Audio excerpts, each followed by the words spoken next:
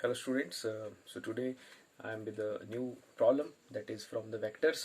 So problem ऐसी है कि आपको एक यूनिट वेक्टर निकालना है, एक ऐसे यूनिट वेक्टर के बारे में पता करना है जो कि गिवन वेक्टर से परपेंडिकुलर हो। मींस कोई भी ए और बी वेक्टर आपको दिए जा सकते हैं। ये दो वेक्टर्स दिए हैं अभी हमारे पास, ए और बी वेक्टर। सो आपको एक ऐसा यूनिट वेक्टर फाइंड आउट करना है जो कि इन दोनों के परपेंडिकुलर है। ओके, तो ये करने से पहले हमें ये समझना होगा कि यूनिट वेक्टर क्या होता है। यूनिट वेक्टर नाम से ही जैसे पता चल रहा है, यूनिट वेक्टर एक ऐसा वेक्टर है जिसका मैग्नीट्यूड यूनिट है, मतलब 1 है, जिसका मैग्नीट्यूड 1 है। इसकी डायरेक्शन तो है लेकिन इसका मैग्नीट्यूड 1 है। अब हमें ये सोचना होगा कि हम यूनिट वेक्टर का पता कैसे लगाएं, कैसे यूनिट वेक्टर को क्रिएट करें। ओके, सो हम किसी भी वेक्टर से यूनिट वेक्टर निकाल सकते हैं।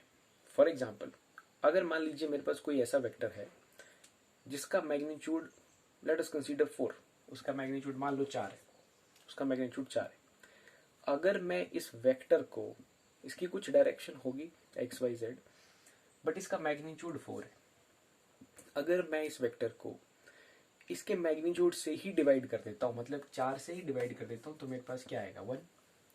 सो इट मीन्स अभी जो मेरे पास नया वेक्टर बन के आया वो ऐसा वेक्टर बन गया है जिसका मैग्नीट्यूड 1 है। ये कब हुआ? जब मैंने उस वेक्टर के मैग्नीट्यूड को या उस वेक्टर को उसके मैग्नीट्यूड से ही डिवाइड किया and I will get the unit vector. Okay, so ये तरीका है किसी भी वेक्टर से यूनिट वेक्टर फाइंड आउट करने का। आपको किसी वेक्टर को उसके मैग्नीट्यूड से डिवाइड करना है और आपको जो रिजल्ट में मिलेगा वो एक यूनिट वेक्टर होगा। ओके, अब हम चलते हैं अपनी न्यूमेरिकल प्रॉब्लम की तरफ, जिसमें हमसे ये पूछा गया है कि आपको एक यूनिट वेक्टर निकालना है जो इन दोनों के परपेंडिकुलर हो।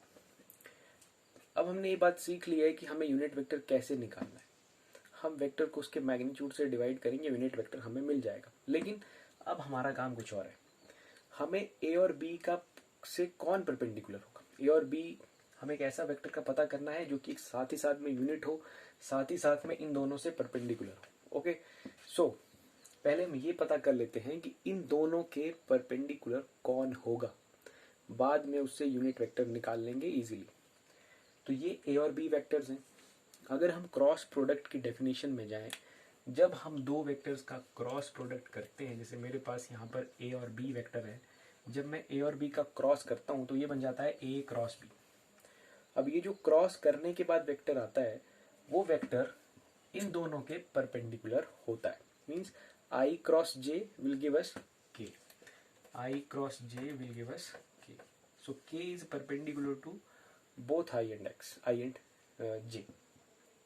सो अगर मैं ए और बी का क्रॉस प्रोडक्ट करता हूं, क्रॉस प्रोडक्ट करने के बाद जो वेक्टर बनेगा वो वेक्टर इन दोनों के परपेंडिकुलर होगा और बाद में मैं उसी वेक्टर से यूनिट वेक्टर निकाल लूंगा और मुझे मेरा आंसर मिल जाएगा। ओके, सो अब मुझे सिर्फ क्रॉस प्रोडक्ट करना है और अपना आंसर निकालना है।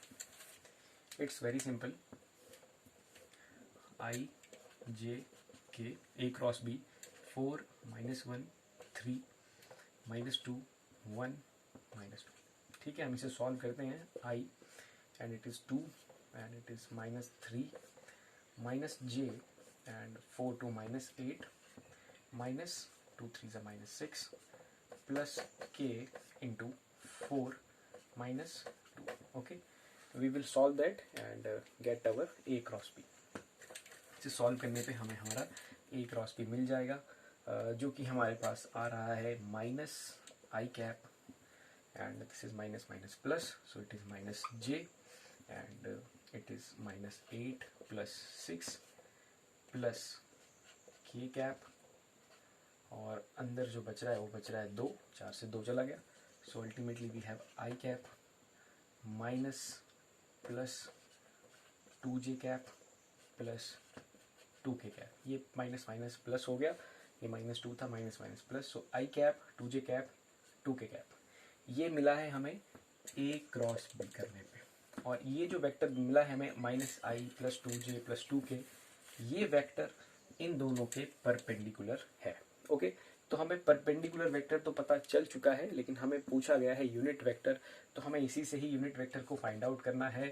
So we first find out the magnitude of this vector. ये आ जाएगा 1 square plus 2 square plus 2 square, so it is coming like 1 plus 4 plus 4, so it is 9, root 9 is equal to 3.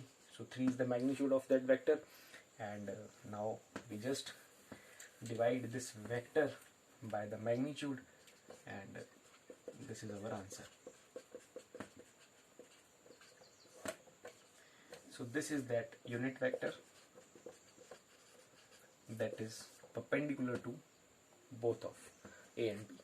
जैसे कि हमने क्रॉस करके ये पता किया कि ये जो वेक्टर आया है इन दोनों के परपेंडिकुलर है। अब हमने इसी वेक्टर से इसका यूनिट वेक्टर फाइंड आउट किया है, और यूनिट वेक्टर का डायरेक्शन इसी की डायरेक्शन में होगा।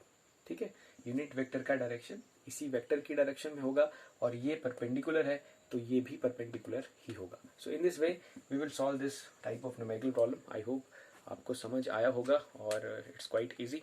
Thank you very much.